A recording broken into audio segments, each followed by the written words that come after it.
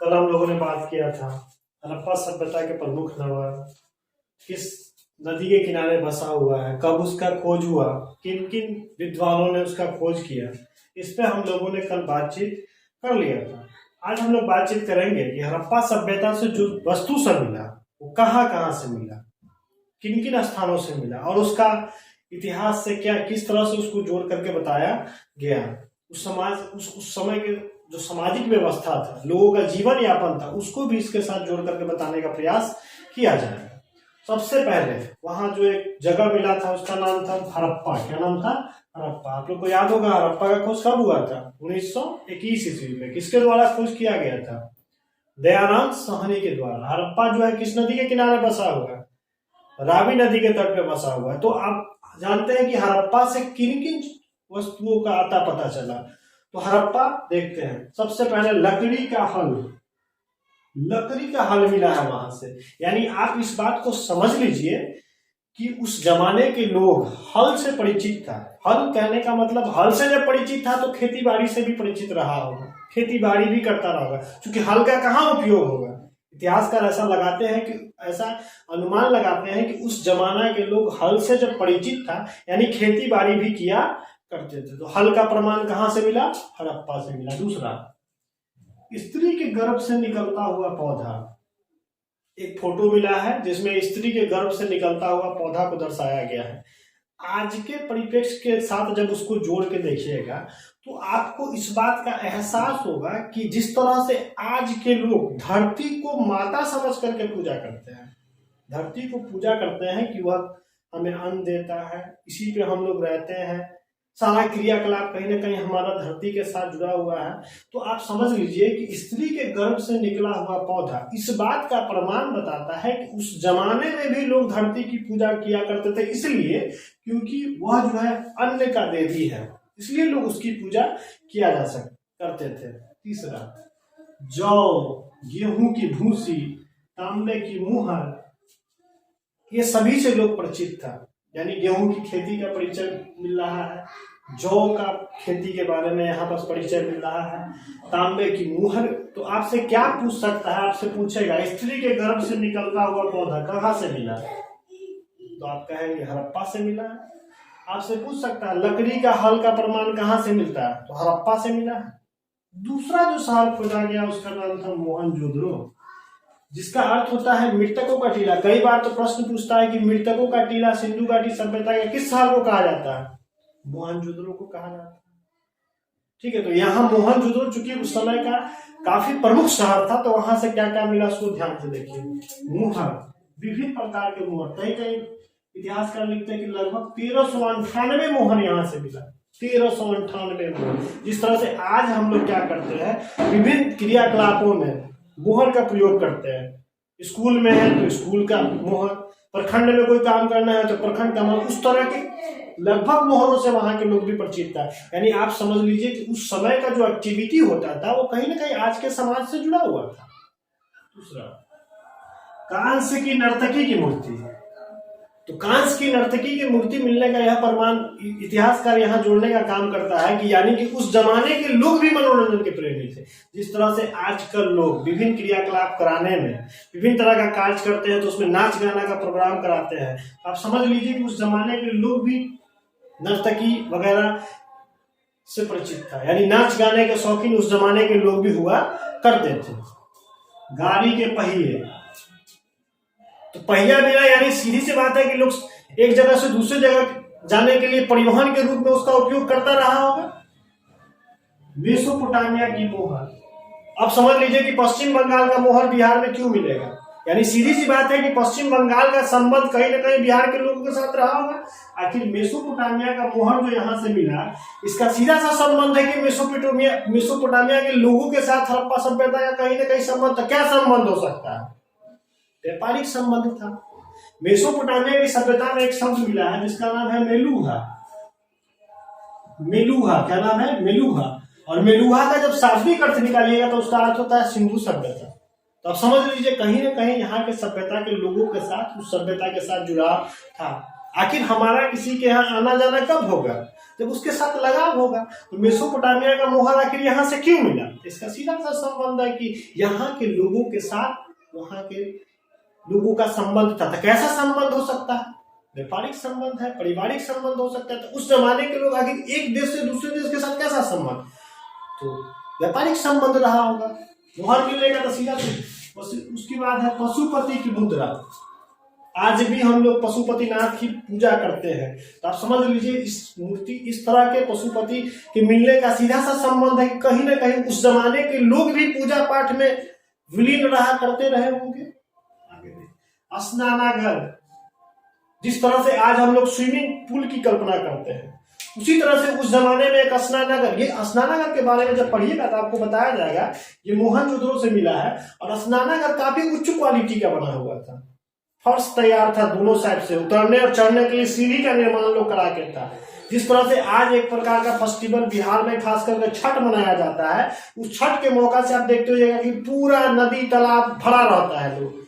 तो ऐसा इतिहास का अनुमान लगाता है कि उस जमाने में लोग उस तरह के फेस्टिवल के उपयोग के लिए इसका उपयोग करता रहा होगा। अन्नानगर, आप समझ लीजिए कि उस जमाने के लोग का कितना माइंड डेवलप रहा होगा। जिस तरह से आज बिहार की राजधानी पटना में गोलघर बना है। गोलघर का निर्माण क्यों किया था, कभी क्यों किया गया था, कुछ आइडिया है आप लोगों को?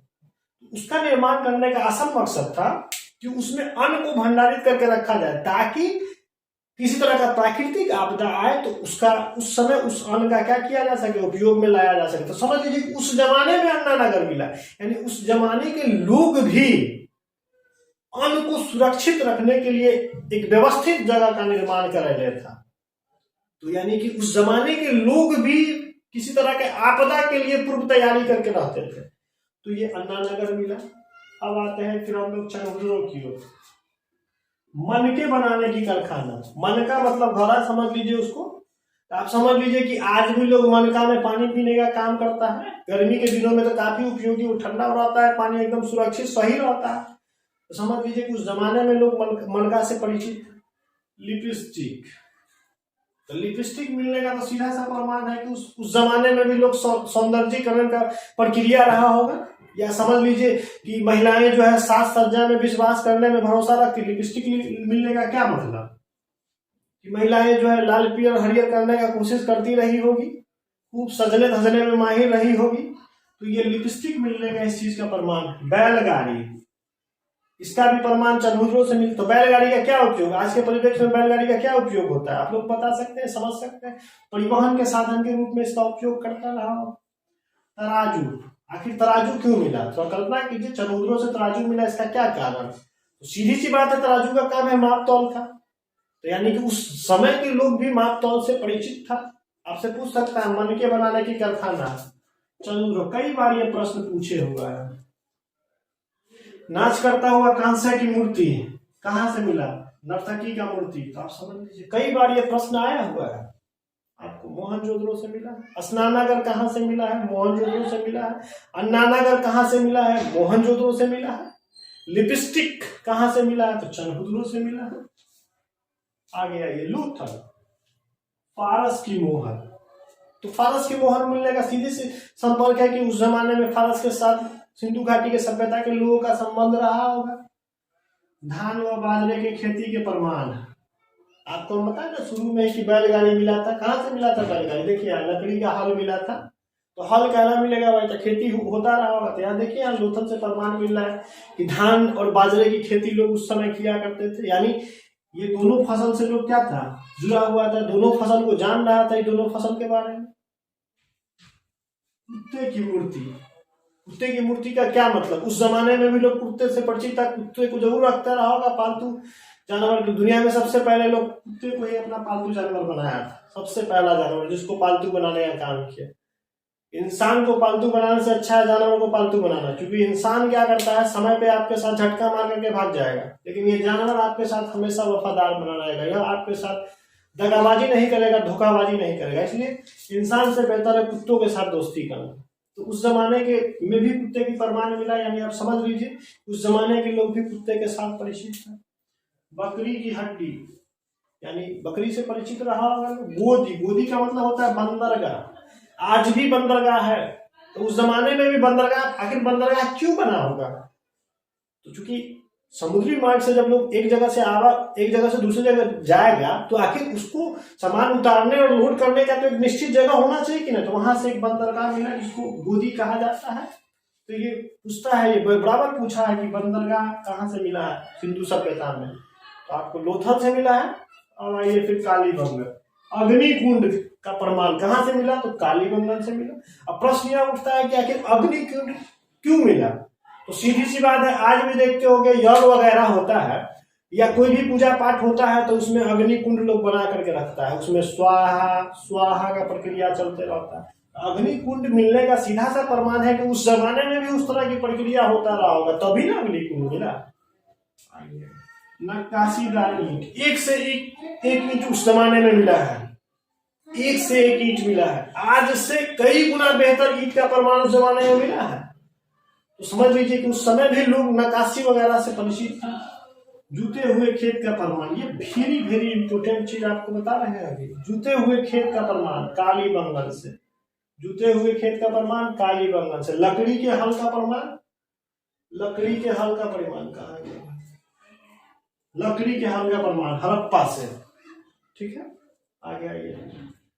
बनावली, बनावली से क्या क्या मिला? अंगूठी मिला है। तो अंगूठी, आजकल भी लोग अंगूठी का प्रयोग करता है। नाक व कान की बाली मिला है, यानी समझ लीजिए कि स्त्री जो थी उस समय सजने उजने में काफी भरोसा रखती थी। काफी ये सब मिलने का तो सीधा संबंध लिपस्टिक मिला चनौतरी से, कहाँ मिला है?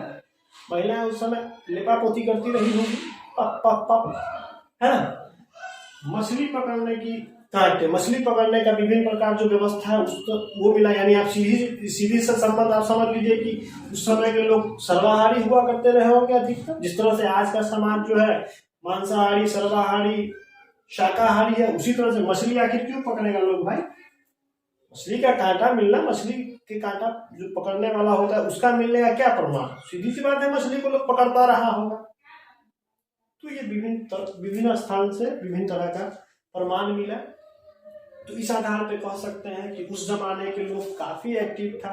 उस जमाने का लोग काफी एकदम, अभी का जो विधि व्यवस्था है कहीं ना कहीं उस विधि व्यवस्था के साथ जुड़ा हुआ लोग है। आप देखिए, आज से 2500 साल पहले से लेकर 1750 साल ईस्वी पूर्व की घटना है। आप समझ लीजिए इतना साल पहले लोगों का माइंड कितना डेवलप। अन्नानगर का व्यवस्था, स्नानागर का व्यवस्था, है ना। नर्तकी की मूर्ति, लकड़ी के हल, गेहूं, तांबे की मुहर, बंदरगाह, अग्निकुंड,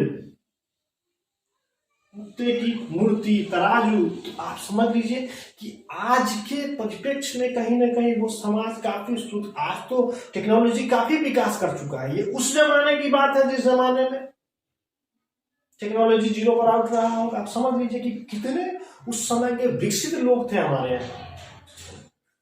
तो ये आपके विभिन्न स्थानों से विभिन्न प्रकार की वस्तुएं मिली और ये सब कहीं ना कहीं इतिहास से जुड़ा हुआ चीज है जो कि काफी इंपोर्टेंस रखता है, काफी महत्वपूर्ण चीज है ये सब। इससे प्रश्न कई बार पूछेगा तो आप लोग इसको कर लीजिए। एक महोदय थे जिनका नाम था पिगट।